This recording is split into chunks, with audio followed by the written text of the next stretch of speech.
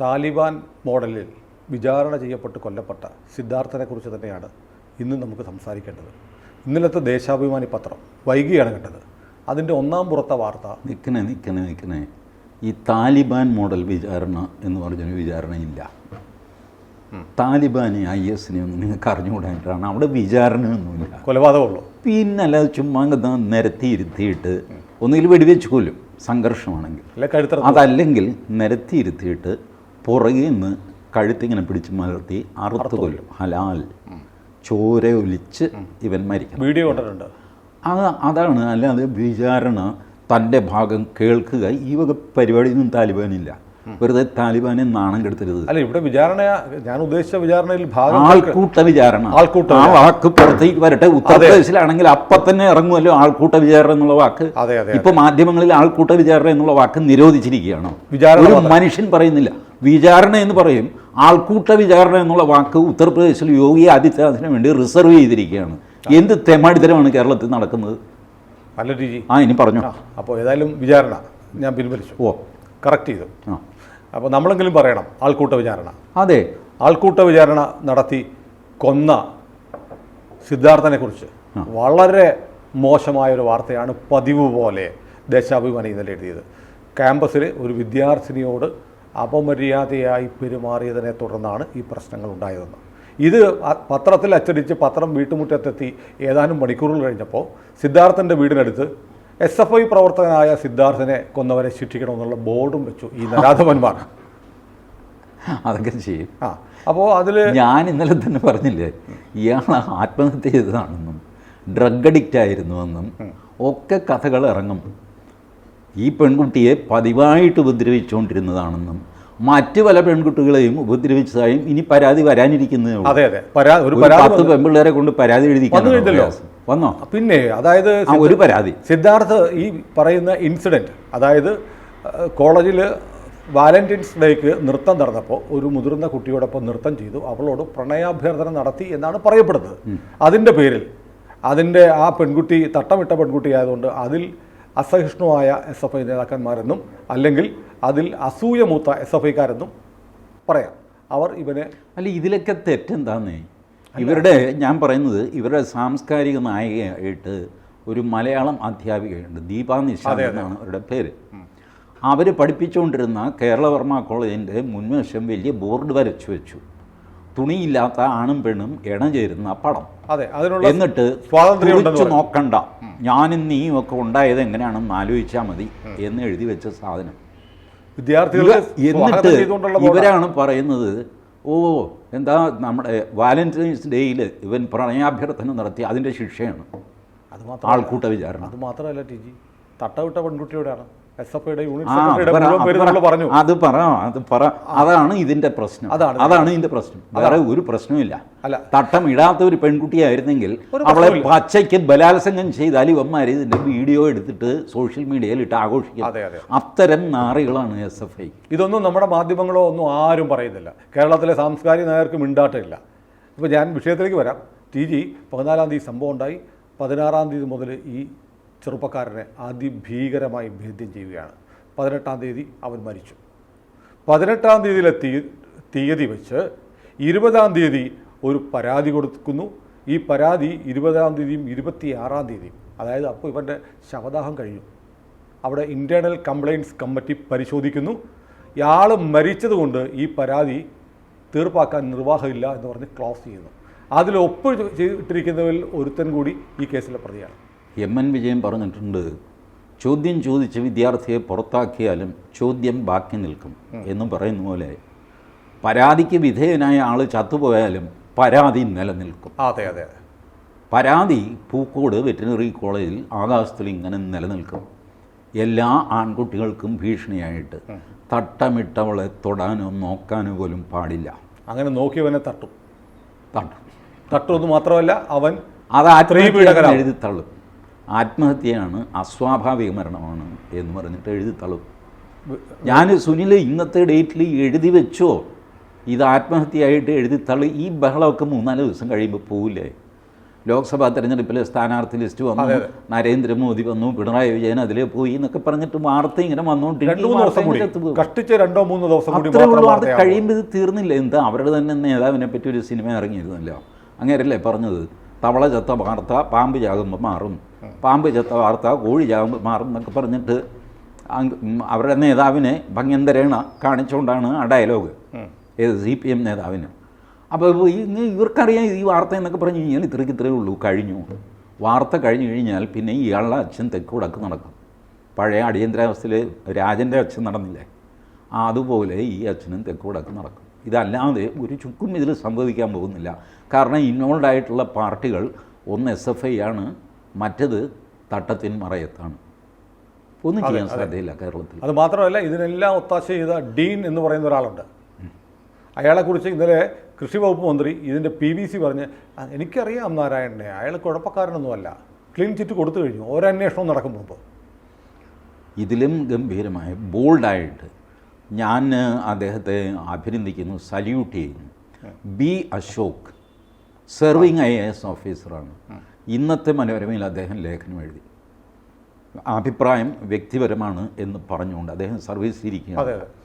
അതിൽ അദ്ദേഹം പറയുന്നു, ഇതുപോലത്തെ തെമ്മാടിത്തരം കാണിക്കുന്ന SFI വിദ്യാർത്ഥികൾ, അവർക്ക് കൂട്ടുനിൽക്കുന്ന അധ്യാപകരെ സംരക്ഷിക്കാൻ വിദ്യാർത്ഥികളെ സംരക്ഷിക്കാൻ സ്വാഭാവികമായും അധ്യാപകർ, ഇങ്ങനത്തെ ഒരു കൂട്ടുകൃഷിയാണ് അവിടെ നടക്കുന്നത് എന്ന് ഏകദേശം പ്ലെയിനായിട്ട് തന്നെ ഡോക്ടർ B. അശോക് എഴുതിയിരിക്കുന്നു.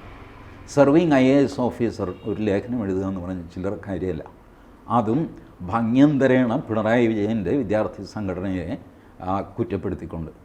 പക്ഷേ അദ്ദേഹം ഇമ്പാർഷ്യലായിട്ടാണ് അത് എഴുതി തീർക്കുന്നത്. ഈ പ്രവണത അവസാനിക്കേണ്ടതാണ്, ഒരു കാലത്ത് ഇങ്ങനെ ആയിരുന്നില്ല എന്നൊക്കെ അദ്ദേഹം എഴുതുന്നൊക്കെയുണ്ട്.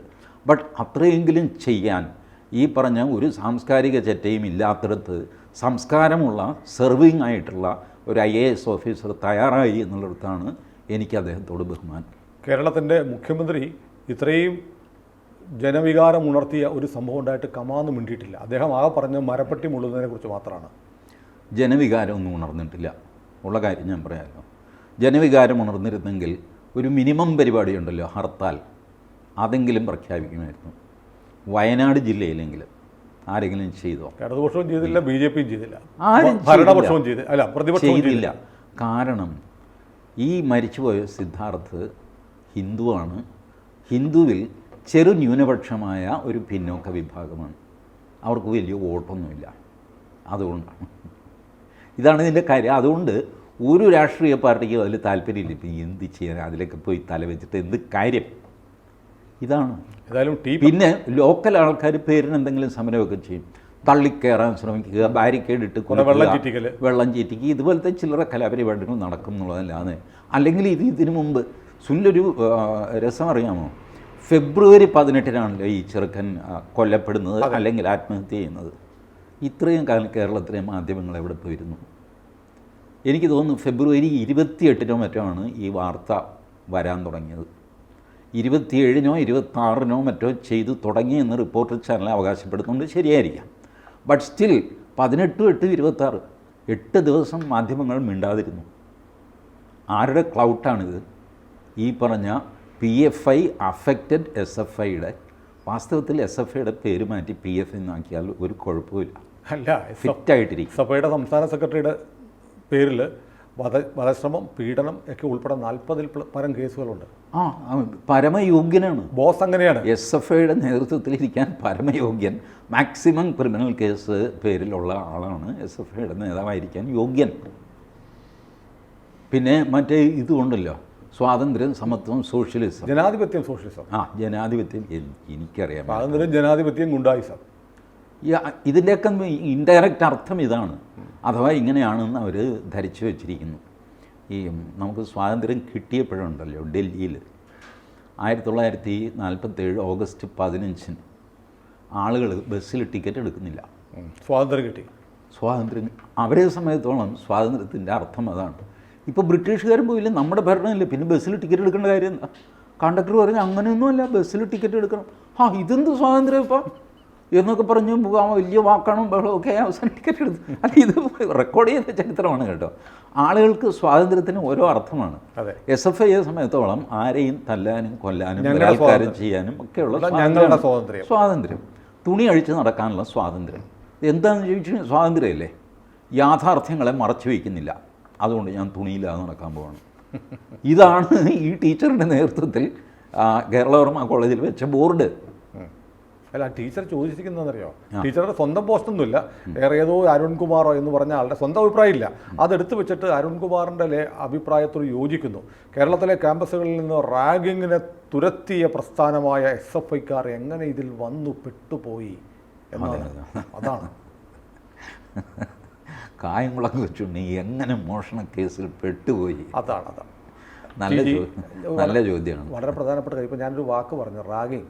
2ാം വർഷ വിദ്യാർത്ഥിയാണ് സിദ്ധാർത്ഥ്. അയാളെങ്ങനെയാണ് റാഗ് ചെയ്യപ്പെടുക? ശുദ്ധ കള്ളത്തരം. ഞാൻ പറയട്ടെ, ഈ റാഗിങ് എന്നുള്ള പ്രക്രിയയ്ക്ക് വിധേയനാണ് ഞാൻ. ഇപ്പോഴല്ല, 1973 എഞ്ചിനീയറിംഗ് കോളേജിൻ്റെ ഹോസ്റ്റൽ. റാഗിങ് എന്ന് പറഞ്ഞു കഴിഞ്ഞാൽ അന്ന് ഈ ദേഹോപദ്രവമൊന്നും ഏൽപ്പിക്കലൊന്നുമില്ല. നമ്മളെ എംബറാസ് ചെയ്യിക്കും വല്ലാതെ. നമ്മൾ ഉത്തരം പറയാൻ ബുദ്ധിമുട്ട് പിടിച്ച ചോദ്യങ്ങളൊക്കെ. എന്നോട് സീനിയേഴ്സ് ചോദിച്ച ചോദ്യം എനിക്ക് ഓർമ്മയുണ്ട്. ഒന്ന്, SBIയുടെ മുദ്ര, എംബ്ലം, അത് വരച്ച് കാണിക്കാമോ? അപ്പോൾ പെട്ടെന്ന് SBIയുടെ നമുക്ക് ഓർമ്മയുണ്ടല്ലോ, ഒരു വട്ടവും അതിലിങ്ങനെ താക്കോല് പോലത്തെ, അതാണ്. അത് വരച്ച് രക്ഷപ്പെട്ടു എന്ന് ചോദിച്ചു. അടുത്ത ആൾ പറഞ്ഞു, ഞാനൊരു പാട്ടിൻ്റെ വരി പാടും, അത് അതേ പിച്ചിൽ കംപ്ലീറ്റ് ചെയ്യണം, ഇതാണ്.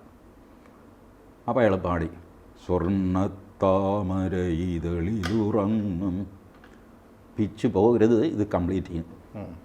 ഞാൻ പറഞ്ഞു, എൻ്റെ പോലെ ചേട്ടാ, യേശുദാസിന് പോലും ചെയ്യാൻ പറ്റില്ല. കാരണം കണ്വത പോവന കന്യാക, ഈ പൂവൻ താറാവിൻ്റെ കൊച്ച് താഴത്തേക്ക് പോവില്ല. നമുക്ക് ഒന്നാമത് ഞാനൊരു പാട്ടുകാരനും എന്തോന്നുമല്ല, ഇയാളെന്നെ എംബ്രാസ് ചെയ്യാനാണ് ചോദ്യം. പക്ഷേ മൊത്തത്തിൽ തിരിഞ്ഞു നോക്കുമ്പോൾ അതൊരു രസകരമായ സംഭവമായിട്ട് എനിക്ക് തോന്നുന്നു. ഇങ്ങനെയൊക്കെയാണ് ഈ റാഗിങ്. ഇതിനൊരു പരിധിയുണ്ട്. ഒരു 1.5 മാസം 2 മാസം കഴിയുമ്പോൾ ഒരു ഹോസ്റ്റൽ ഡേ വയ്ക്കും, ഓപ്പൺ ഗ്രൗണ്ടിൽ. അതിൽ പ്രിൻസിപ്പൽ വരും, മുഖ്യപ്രഭാഷകൻ വരും. ഞങ്ങളുടെ സ്ഥിരം മുഖ്യപ്രഭാഷകൻ ഡോക്ടർ D. ബാബു പോളായിരുന്നു. അദ്ദേഹം ട്രിവാൻഡ്രം എഞ്ചിനീയറിംഗ് കോളേജിൽ നിന്ന് പാസ്സായാണ്. അതുകൊണ്ട് ഞങ്ങൾ എപ്പോൾ വിളിച്ചാലും പുള്ളി വരും. എന്ത് ഫംഗ്ഷൻ, ചെറുതോ വലുതോ ആയിക്കോട്ടെ, പുള്ളി വരും. അപ്പോൾ ഇങ്ങനെ എല്ലാവരും കൂടെ ഈ മേശപ്പുറത്ത് ഭക്ഷണ സാധനങ്ങൾ, അത് ഇത്, മറ്റേ അന്ന് കൊക്കക്കോളയില്ല, ഗോൾഡ് സ്പോട്ട്, ആ സാധനമൊക്കെ വെച്ചിട്ട് നല്ല ഷോയാണ്. അതിൻ്റെ കോപ്പിയടിയാണ് ഇപ്പോൾ നമ്മുടെ ഈ ഇതിലൊക്കെ നടക്കില്ല, വലിയ 5 സ്റ്റാർ ഹോട്ടലിലെ സെമിനാറുകൾ, ചാനലുകളുടെ കോൺക്ലേവ് ഒക്കെ നടക്കുമ്പോൾ വട്ടമേശ ഇട്ടിട്ട് അതിൽ ഭക്ഷണം വെച്ചിട്ട് അതിൽ അവിടെ കസേരയിട്ടാണ് ആൾക്കാർ കേൾക്കുന്നത്. ഒരു മേശയ്ക്ക് ഒരു പാവാടയൊക്കെ ഇട്ട് ചെയ്യുന്ന പരിപാടി. ഇത് എൻ്റെ തലമുറയുടെ ഐഡിയ കോപ്പി ചെയ്തതാണെന്ന് ഞാൻ ആരോപിക്കുന്നു. എന്തുമായിക്കോട്ടെ, അങ്ങനെ ചെയ്തിട്ട് ആ ദിവസം പിന്നെ റാഗിങ് ഇല്ല. ആ ദിവസം കഴിഞ്ഞാൽ പിന്നെ ഹോസ്റ്റലിൽ ഫസ്റ്റ് ഇയറെന്നോ സെക്കൻഡ് ഇയറെന്നോ ഫൈനൽ ഇയർ ഒരു വ്യത്യാസവും ഇല്ല. എല്ലാവരും ഒരുപോലെ സോഷ്യലിസം നടപ്പിലാക്കും. ഇതാണ് റാഗിങ്. അല്ലാതെ 2ാം വർഷ വിദ്യാർത്ഥിയെ വളഞ്ഞിട്ട് ആക്രമിച്ചിട്ട് അതിനെ റാഗിങ് എന്ന് വിളിക്കുന്നവൻ്റെ ചെപ്പക്കടിക്കണം. ദീപ ടീച്ചർ ചെയ്തിരിക്കുന്നു, അതാണ് റാഗിങ്. ഞാൻ അവരെ പറ്റിയൊന്നും പറയാൻ ഞാൻ വലിയ ആൾക്കാരെ ഞാൻ എന്ന് വെച്ചാൽ അവർ അധ്യക്ഷം വഹിച്ച ഒരു കോളേജ്, അവരവിടെ വലിയ ഹീറോയിനായിട്ട് വാഴുന്ന കാലത്ത് അവിടെ നടന്ന കാര്യമാണ് ഞാൻ പറഞ്ഞത്. അവരിപ്പോൾ ട്രാൻസ്ഫർ വാങ്ങിയോ കൊടുത്തോ വേറെ ഏതോ കോളേജിലാണ് പോലും. എന്ത് വാങ്ങിക്കോട്ടെ, ഞാൻ അവരുമായിട്ട് യുദ്ധത്തിനൊന്നുമില്ല. പക്ഷേ പ്രശ്നം ഇതാണ്, ഇതിനെ റാഗിങ് എന്ന് വിളിക്കുന്നത് വേറൊരു കുറ്റമാണ്. റാഗിങ് നിങ്ങൾ കുറ്റത്തെ ലഘൂകരിക്കുകയാണ്. അതെ, 2 തരത്തിൽ ലഘൂകരിക്കുക. ഒന്ന്, ഇവനെതിരെ വ്യാജ പരാതി ഉണ്ടാക്കുന്നു. 2, റാഗിങ് ആണെന്ന് പറയുന്നു. അതെ, ഇനി ഈ റാഗിങ് ആണ് വീണ്ടും ഇവർ ഡൈല്യൂട്ട് ചെയ്തിട്ട് വകുപ്പുകൾ കുറച്ച് അവസാനം ഇത് ആത്മഹത്യയിലെത്തി. പിന്നെ അസ്വാഭാവിക മരണം, അത് ഇത് എന്നൊക്കെ പറഞ്ഞിട്ട് തേഞ്ഞു മാഞ്ഞ് പോകും. ഇപ്പോൾ ഈ പിടിച്ച പ്രതികളെല്ലാം രക്ഷപ്പെടുന്നു. ഒരു സംശയമുണ്ട്, SFIയുടെ കമ്മിറ്റി കൂടിക്കഴിഞ്ഞിട്ടാണ് പ്രതികളെ പിടിക്കുന്നത്. അത് സുനിലിനറിയാമോ? അതൊരു വാർത്തയായിട്ട് വന്നിട്ടുണ്ട്. അത് മാത്രമല്ല, കമ്മിറ്റി കൂടിയിട്ട് പ്രതികളെ കൊടുക്കുകയാണ് ചെയ്യുന്നത്. അത് മാത്രമല്ല, ഇതിൻ്റെ ടെക്നിക്ക് എങ്ങനെയാണെന്നറിയാമോ? ഞാൻ ഈ അക്രമം നടത്തുന്ന ടീമുകളോട് തന്നെ ചോദിച്ചിട്ടുണ്ട്, എങ്ങനെയാണ് ഇത് മാനേജ് ചെയ്യുന്നത്? അപ്പോൾ അയാൾ പറഞ്ഞു രഹസ്യമായിട്ട് ആളുകളെ ഒരു ലോഡ്ജിൽ കൊണ്ടുപോയി താമസിപ്പിക്കും. എന്നിട്ട് SP വിളിച്ച് പറയും, ഒരു കാര്യം ചെയ്യും, ഞങ്ങൾ പ്രതികളെ തരാം, തല്ലരുത്. ഇല്ല, തല്ലില്ല. അപ്പോൾ ഒരാളെ കൊടുക്കും, സാമ്പിൾ ഒരാളെ കൊടുത്തിട്ട് സ്റ്റേഷനിൽ പോയി കീഴടങ്ങാൻ പറയും. സ്റ്റേഷനിൽ വിളിച്ച് പറയും, ഇന്ന ലോഡ്ജിൻ്റെ പേര് ഇന്ന ലോഡ്ജിൽ വെച്ച് പിടികൂടിയെന്ന് എഴുതിയാൽ മതി. കാരണം പോലീസിന് ഒരു നാണക്കേടാവരുത്. വന്ന് കീഴടങ്ങി എന്ന് പറയുമ്പോൾ നിങ്ങളെ പിടിച്ചതല്ലോ എന്നൊക്കെയുള്ള ചോദ്യം വരും. അതുകൊണ്ട് പോലീസ് റെക്കോർഡ് ചെയ്യും, ലക്ഷ്മി ലോഡ്ജിൽ നിന്ന് പ്രതിയെ പൊക്കി എന്നൊക്കെ പറഞ്ഞിട്ട്. എന്നിട്ട് ഇവനെ തല്ലുന്നുണ്ടോ നോക്കും 2 ദിവസം. കൈ വെച്ചാൽ ബാക്കി പ്രതികളെ തരില്ല. ഈ കൊടുത്ത പ്രതി തന്നെ കള്ളപ്രതിയാണ്, അത് ഇവർക്കും അറിയാം, പോലീസിനും അറിയാം. പക്ഷേ കള്ളപ്രതിയെ പോലും കൈ വെച്ച് കഴിഞ്ഞാൽ ബാക്കി പ്രതിയെ തരില്ല. പിന്നെ ബാക്കി പ്രതികളെ ഇവർ പറയും, നിങ്ങളൊരു കാര്യം ചെയ്യും, ഞങ്ങൾ സെൻറ്റ് ജോസഫ്സ് ലോഡ്ജിലേക്ക് മാറ്റിയിട്ടുണ്ട്, അവിടെ ഒന്ന് പിടിച്ചോ. തല്ലില്ല എന്ന് ഉറപ്പാണ്. അപ്പോൾ പോലീസ് TV-ക്കാരെ അവരെ ഇവരെയൊക്കെ വിളിച്ചിട്ട് ബാക്കി പ്രതികളെ പിടിച്ചു എന്ന് പോലീസിൻ്റെ ഓപ്പറേഷൻ. ഇവരെ മുമ്പിൽ നിർത്തി ഫോട്ടോ അത് ഇതൊക്കെ എടുക്കും. ഫോട്ടോ എടുക്കാൻ നേരത്തെ ഇവർ പറയും, ഒരു കാര്യം, ഷർട്ട് അഴിച്ചുള്ള ഫോട്ടോ ഒന്നും വേണ്ട കേട്ടോ. ഇല്ല അങ്ങനെയൊന്നും ചെയ്യില്ല. സാധാരണ പോലീസുകാർക്കൊരു സ്വഭാവമുണ്ട്, ഷർട്ട് അഴിച്ച് ഫോട്ടോ എടുക്കുക. കണ്ടിട്ടില്ലേ ക്രിമിനൽസിൻ്റെയൊക്കെ ഫോട്ടോ വരുന്നത്? ഷർട്ട് ഉണ്ടാവില്ല. അപമാനിക്കാൻ വേണ്ടി ചെയ്യുന്നതാണ്, മനഃപൂർവ്വം അപമാനിക്കാൻ വേണ്ടി പോലീസ് ചെയ്യുന്നു. ഇതൊന്നും ക്രിമിനൽ നടപടി ചട്ടമനുസരിച്ച് അനുവദനീയമല്ല. പക്ഷേ ഇതൊക്കെ ചെയ്യുന്നുണ്ട്. ഇങ്ങനെ ചെയ്തിട്ട് ഈ പ്രതികളെയാണ് കൊടുക്കുന്നത്. ആ പ്രതികൾ യഥാർത്ഥ പ്രതികൾ അല്ലാത്തത് കൊണ്ട് വിചാരണാ സമയത്ത് അവർ സത്യം പറഞ്ഞാൽ മതി, കേസ് വിട്ടു പോകും. അവർ നുണയൊന്നും പറയണ്ട, അവരെ ഒന്നും പറഞ്ഞ് പഠിപ്പിക്കേണ്ട, ഒന്നും വേണ്ട. സത്യം പറയും, ഞാനിതിലുണ്ടായിരുന്നില്ല, ഞാനിന്ന് കൊട്ടാരക്കരയിലായിരുന്നു. അവിടെ അന്വേഷണം ശരിയാണ്, കൊട്ടാരക്കരയിലായിരുന്നു. അപ്പോൾ പോലീസിൻ്റെ അന്വേഷണം തൃപ്തികരമല്ല, പ്രോസിക്യൂഷൻ ദയനീയമായിട്ട് പരാജയപ്പെട്ടു, ഈ നാട്ടിൽ നിയമവാഴ്ച ഉണ്ടോ എന്ന് തന്നെ ഞാൻ സംശയിക്കുന്നു എന്നൊക്കെ പറഞ്ഞിട്ട് കീഴ്ക്കോടതി എല്ലാത്തിനും തള്ളും. മേൽക്കോടതിയിൽ പോയി കഴിയുമ്പോൾ അവരും പറയും, അവർ അരിസ്റ്റോട്ടിലിനെ സോക്രട്ടീസിനെയൊക്കെ ഉദ്ധരിച്ച് ജഡ്ജ്മെൻ്റ് അങ്ങ് തുടങ്ങും. എന്നിട്ട് ആൾക്കാരെ എല്ലാം വെറുതെ വിടും. അല്ല, ഈ കേസിലും ചില ഇടപെടലുകളുണ്ടായ വിവരം പുറത്തു വരുന്നുണ്ട്. കാരണം ആദ്യം പിടിയിലായ 2 പ്രതികളെ സ്റ്റേഷനിൽ ഹാജരാക്കുമ്പോൾ സ്ഥലത്ത് DYFI CPM നേതാക്കന്മാരൊപ്പം ഉണ്ടായിരുന്നു. കോടതിയിലെത്തുമ്പോൾ പോലും കോടതിയിൽ നിന്ന് ഉദ്യോഗസ്ഥരുടെ പോലീസുകാരുടെ തട്ടിക്കയറി എന്ന് പറയുന്നു. പക്ഷേ TG, എനിക്ക് മനസ്സിലാവാത്തൊരു കാര്യം, ഇതൊന്നും വലിയ കാര്യമല്ല സുനിൽ. ഞാനൊരു കാര്യം പറയട്ടെ, പബ്ലിക്കായിട്ട് വർഷങ്ങൾക്ക് മുമ്പ് ഏഷ്യാനെറ്റ് ന്യൂസ് അവറിലെ ചർച്ചയിൽ അഡ്വക്കേറ്റ് ജയശങ്കർ പറഞ്ഞു, വാളയാർ കേസിലെ പ്രതികളെ സംരക്ഷിച്ചത് MP രാജേഷിൻ്റെ, അന്ന് MP ആണ് പുള്ളി, MP രാജേഷ് MPയുടെ അളിയനായ നിതിൻ കണിച്ചേരിയാണ്. രാജേഷ് ക്ഷോഭിച്ചു. ഒരു 3 മിനിറ്റ് കഴിഞ്ഞപ്പോൾ വിനുവി ജോൺ പറഞ്ഞു, അഡ്വക്കേറ്റ് ജയശങ്കർ MP രാജേഷ് ലൈനിലുണ്ട്, സംസാരിക്കണം എന്ന് പറയുന്നു. സംസാരിക്കും. MP രാജേഷ് പറഞ്ഞു, നിങ്ങൾക്കൊരു നാക്കുണ്ടെന്ന് വിചാരിച്ചിട്ട് തോന്നിയാസം പറയരുത്, നിങ്ങളെ ഞാൻ കോടതി കയറ്റും. ജയശങ്കറിൻ്റെ സ്വതസിദ്ധമായൊരു പരിഹാസ ചിരിയുണ്ട്. ആ ചിരിയോട് പറഞ്ഞു, ആയിക്കോ രാജേഷ്, കോടതി കയറ്റിക്കോ, ഞാൻ നോക്കിക്കോളാം, ഞാൻ പറഞ്ഞത് തന്നെയാണ്. ഇത് വലിയൊരു വെളിപ്പെടുത്തലാണ്. വാളയാർ കേസിലെ പ്രതികളെ MP രാജേഷിൻ്റെ അളിയൻ നിതിൻ കണിച്ചേരി സംരക്ഷിച്ചു എന്നുള്ളത് വലിയൊരു വെളിപ്പെടുത്തലാണ് ആ കേസ്. ബട്ട് ആ കേസന്ന് കേരള പോലീസ് അന്വേഷിക്കുകയാണ്. കേരള പോലീസ് അന്വേഷിച്ചു, പിന്നെ CBI അന്വേഷിച്ചു. ഒരാളും ജയശങ്കറിനെയോ MP രാജേഷിനെയോ നിതിൻ കണിച്ചേരിയോ ചോദ്യം ചെയ്തതെന്ന് എനിക്കറിയില്ല. ഈ 2 പേരെ ചോദ്യം ചെയ്തതായിട്ട് ഞാൻ കണ്ടിട്ടില്ല. ഈ കേസ് കൊടുക്കുമെന്ന് പറഞ്ഞ MP രാജേഷ് കേസ് കൊടുത്തില്ല.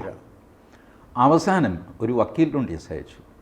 അതിനെ പരിഹസിച്ചുകൊണ്ട് അഡ്വക്കേറ്റ് ജയശങ്കർ വീണ്ടും ഒരു വീഡിയോ ചെയ്തു, കിട്ടിപ്പോയി എന്ന് പറഞ്ഞുകൊണ്ട്, ദീർഘകാലം ഞാൻ കാത്തിരുന്ന ആ നോട്ടീസ് ഇന്ന് വന്നിട്ടുണ്ട് എന്ന് പറഞ്ഞ് MP രാജേഷിനെ വീണ്ടും പരിഹസിച്ച് വീഡിയോ ചെയ്തു. ഒരു ചുക്കും സംഭവിച്ചില്ല. രാജേഷ് കേസും കൊടുത്തില്ല. ജയശങ്കർ വക്കീൽ ഇപ്പോഴും ഒരു കേസും ഇല്ലാതെ തൻ്റെ ഇടത്തോടെ നെഞ്ചു മിരിച്ച് നടക്കുന്നുണ്ട്. അപ്പോൾ ഇപ്പോൾ സുനിൽ പറഞ്ഞില്ലേ, ഇതിൻ്റെ കൂടെ DYFI ഏരിയ കമ്മിറ്റി സെക്രട്ടറി ഉണ്ടായിരുന്നു, പാർട്ടിയുടെ ജനറൽ സെക്രട്ടറി ഉണ്ടായിരുന്നു, മറ്റേ ആളുണ്ടായിരുന്നു. ഒരു കാര്യമില്ല.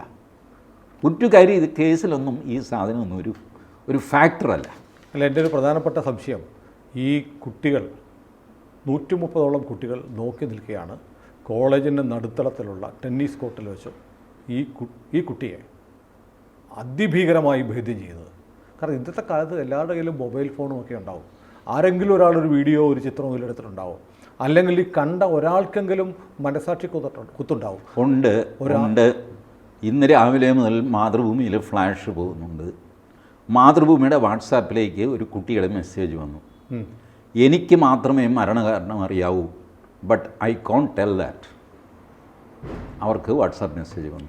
ഞാനാണ് ഇൻവെസ്റ്റിഗേറ്റിംഗ് ഓഫീസറാണെങ്കിൽ ആ സെക്കൻഡിൽ ഫോൺ എടുത്ത് മാതൃഭൂമിയിൽ ആരാണ് നിങ്ങൾക്ക് മെസ്സേജ് അയച്ച് ചോദിച്ച് ഇമ്മീഡിയറ്റ് വിളിച്ച് പറഞ്ഞിട്ട് ആ ചെറുക്കനെ പൊക്കി ചോദ്യം ചെയ്യും. അല്ല, എന്താ മരണകാരണം? മാതൃഭൂമിയിൽ മറ്റൊരു തലക്കെട്ടും പോകുന്നുണ്ട്.